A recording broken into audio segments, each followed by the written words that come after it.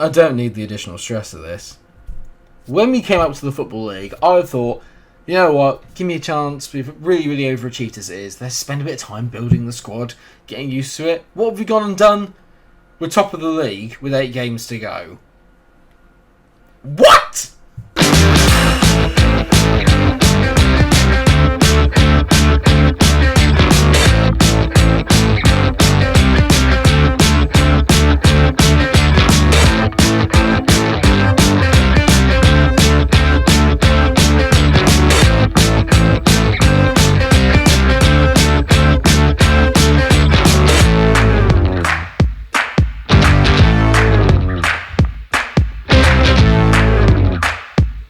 We've got a top 2 game today as well. We're playing Doncaster. I don't know what to say. There it is. Billericay Town are top of League 2 in 2026. Could you imagine? 120. 5 years. Huh? It's taking you, 5 years? So it takes me 5 years to get... Are you taking the piss? No. Do you know how hard it is to do that? I just don't get any respect. I mean, Well, say it so everyone can hear what you just said. all I can see is you clicking away and getting annoyed at things. Can't get annoyed at that. I'm top of the league. Although I probably won't be after today's game, because we are taking on Doncaster, who are second. We're 5 points ahead of Wrexham. That's the most important thing. And they're in terrible form. Whereas we, on the other hand, are not. Since the last time that we met them, which is where we lost to Wrexham, who I just wish would stop following me around. We then beat Mansfield, as we all know. Lost to Salford 3-2, and I thought, oh, here we go, terrible run of form. After that, though, I think we won 7 games out of 8, which is pretty good, I can count. But yeah, we've been absolutely brilliant. The standout game in that was a 4-3 win away at Wycombe, where we scored 2 goals in the last 2 minutes to win that. And carried on beating Carlisle. We drew with Walsall, which is a bit disappointing. We missed 2 penalties in the last 2 games as well. And this is where I need to tell you or introduce you to the person that's probably made all of this possible. Me! No. It's not Kian Pennant, although he is quite good. Pennant has come in from Crystal Palace. He looks absolutely brilliant. But he is not the man that has changed our fortunes. That man is Barry. Barry McDonnell is simply unbelievable. He's Irish, he's 20 years old, and he is so good for this level. So good.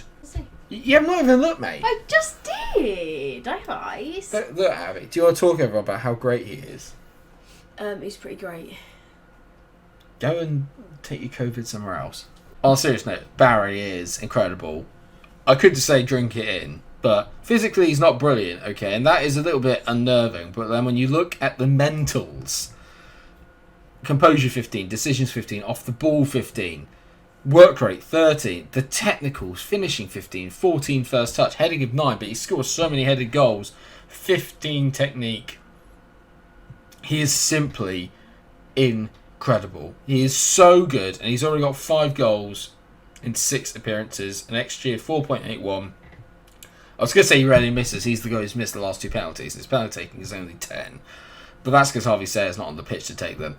Yeah, that's another thing in itself. Barry is not single-handedly, but he is carrying us towards just the promised land of League One. I've got a couple of issues that I need to address with him, though. First off, is that he cost me 175k, okay, and I did that in instalments, so it is going to affect our transfer budget for the next few seasons. But his goal record speaks for itself, especially for us and the team that's actually creating a lot. We got him from Boston United. I think it was a bit of a gamble to take a player that only scored 13 goals in 33 games at that level to take him into League 2. He's absolutely thrived because he's in a team that literally just creates chances after chance after chance. The one problem we do have is that he does have a minimum fee release clause of 275k. I'm hoping no one triggers it, and I'm hoping that I can offer him a new contract if we get promoted this season and get rid of that. I said I'd let him treat the club as a stepping stone. He is doing that, but at the same time, nothing would make me happier than keeping Barry here. He could be the first proper legend, I think, of this save if he stays. I'm that confident in him. Normally I would have 2 games, but we are just going to have the one today because obviously there's been Barry chat. There's been obviously chats with Abby. I'll probably put into the episode, into the edit. All we need to focus on though is if we can come away from this game today... So, a bit of news as well is that Daniel Ojo has gone. He just left on free, which is neither here nor there. I mean, he was good, but not brilliant. I've also brought in this lad, Joel Green. He's going to kind of come in and sit here and as our next left wing back. But Rob Burns at the moment is playing so well, he's kind of made that position his own. So this is what the team's looking like there. You can see there is no Harvey Sayer, which is always a bit of a what? But he's not playing at the moment. He's been good, but not brilliant, okay, this season so far. But I think maybe the injuries affected him a little bit, which is a bit disappointing. Other than that, though, we've been brilliant. And this is the team then that's carried us so far and that I want to keep going. Capers in goal, Burns, Robinson, Mwongo and Hughes make up the back four. Then you've got Sese, Ajayi and Mundle in the middle. Mundle in particular recently has been amazing. Kiyate is on the left as the inverted winger. Willis is on the right as the actual winger. And you are going to get to see Barry McDonnell, or as I'm just calling him Barry at the moment. You get to see him live and in action. He's a big game player. He scores big goals. I could do with him getting another one today. Doncaster are third, but they've in the form table, but they've literally just lost to Port Vale. Our run-in is not bad. The only really difficult team we have to play in between then are Barnet and Fleetwood in terms of the league. Other than that, we've got Swindon, we've got Burton, we've got Port Vale, we've got Cambridge, we've got teams, and Bromley. We've got teams that we should beat. This is going to be, if we go up, or if we can get through this game relatively unscathed, this is going to be a really, really positive end to the season. Potentially. Maybe. Remember, the top three go up in this division. The top three. So arguably, all we need to do is actually just stay ahead of I think it's Barnet that are currently in fourth, as Willis whips the ball towards the back post. Kiyate doesn't win the header, but he's managed to pick up on the rebound. Kiyate squares it into Ajayi. Nearly. Kiyate tees it in. Barry McDonald turns his man, gives it to Mundle. It's 1-0. Barry's got himself an assist. Romain Mundle is in sensational form at the moment, and he has scored again. Doncaster 0. Billericay 1.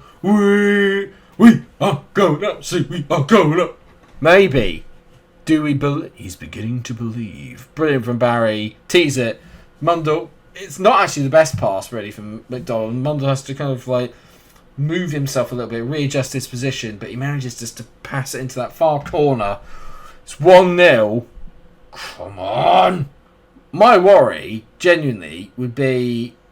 I don't know what the... Oh, my God, Mundle's in again from Barry. Mundle! It's 2! Remain Mundle and Barry. It's telepathic. It's unbelievable. It's a shame they don't have the links between the midfielder and the striker, because that one would be glowing bright green right now. Ajayi brilliantly broken up there in the midfield. McDonald, wonderful pass from Barry. He's got himself 2 assists already. He's not even really meant to be a passer.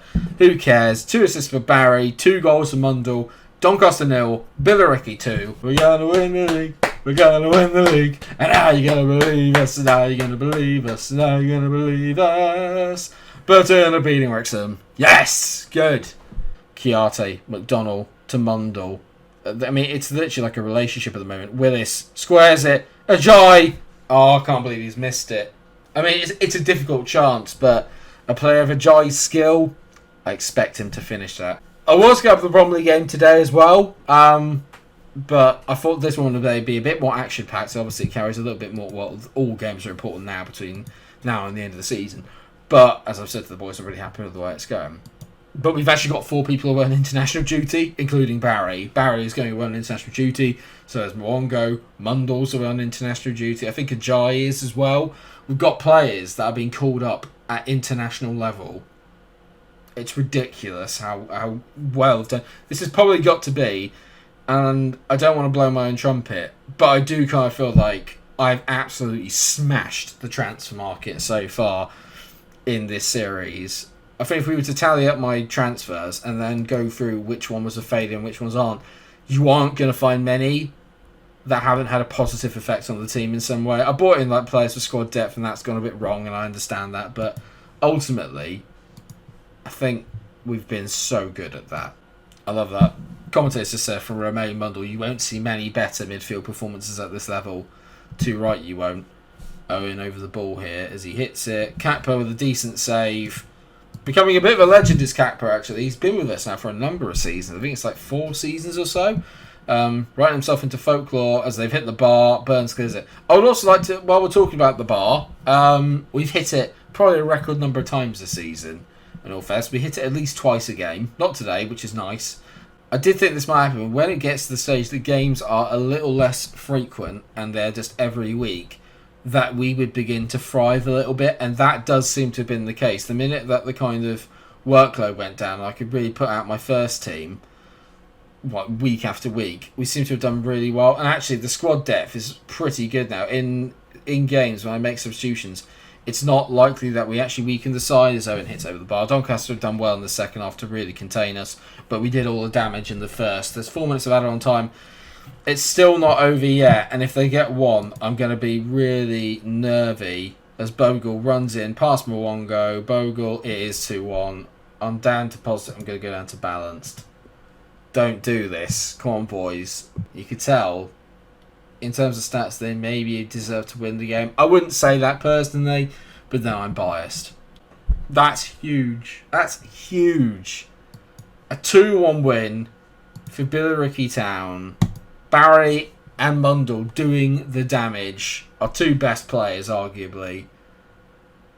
I can't believe it. I'm going to praise Romain. It is Romain. Yeah, I was right the first time. Don't back yourself, Mike. I'll praise Romain Mundle for his play at the moment. He is on another level. He's another level at the moment. Thank you, Tottenham, for releasing him. He'd probably get into their team. He's better than Harry Winks, easily.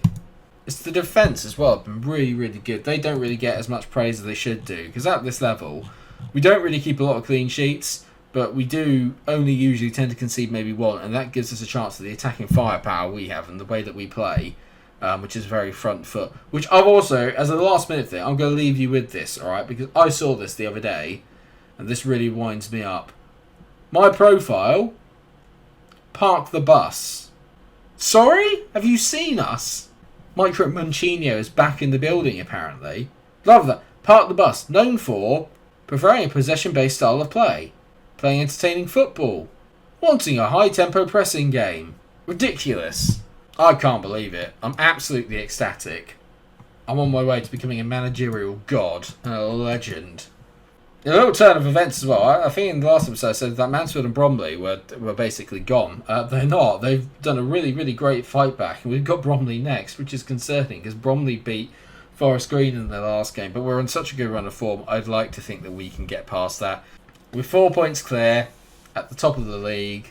It could be 3 if Barnet win their game in hand. We're 8 points clear of Wrexham in 4th. We could go up. We could be in League One. Which means we'd have got back-to-back promotions. And like I said, we've got Bromley. Fleetwood will be tough away from home. Port Vale should win that. The away games are a bit concerning. Swindon away will be tough. Barnet at home on the final day could be massive, considering that they are potentially going to be second at that point. And that is where we will come back then. We're going to come back for that game. Actually, we're going to come back for... My intention is to come back for Cambridge and Barnet. That's the intention, but... Depending on what the state of things are, I could do a triple header and do Burton, Cambridge and Barnet. Maybe. Or if there's a chance we can win the title before that, I'll be back before that. Just hold on to your hats, viewers. It's going to be one hell of a finish to the season. All I can say is this is all very, very unexpected. But thank you so much for watching today's episode, everyone. I hope that you have enjoyed it. Of course, if you have, you know what to do. Drop a like on the video, share, subscribe. Come back for potentially what could be the season finale in the next episode. Share your love for Barry, share your love for me and the job that we're doing here, and more importantly, share your love for the Billericay Magic train that we are currently on. I cannot wait till the next episode. I'm loving Football Manager this year. Thank you so much. Take care of yourselves, everyone. Stay safe. Happy New Year if I haven't told you before. Until I see you again. Take care of yourselves and stay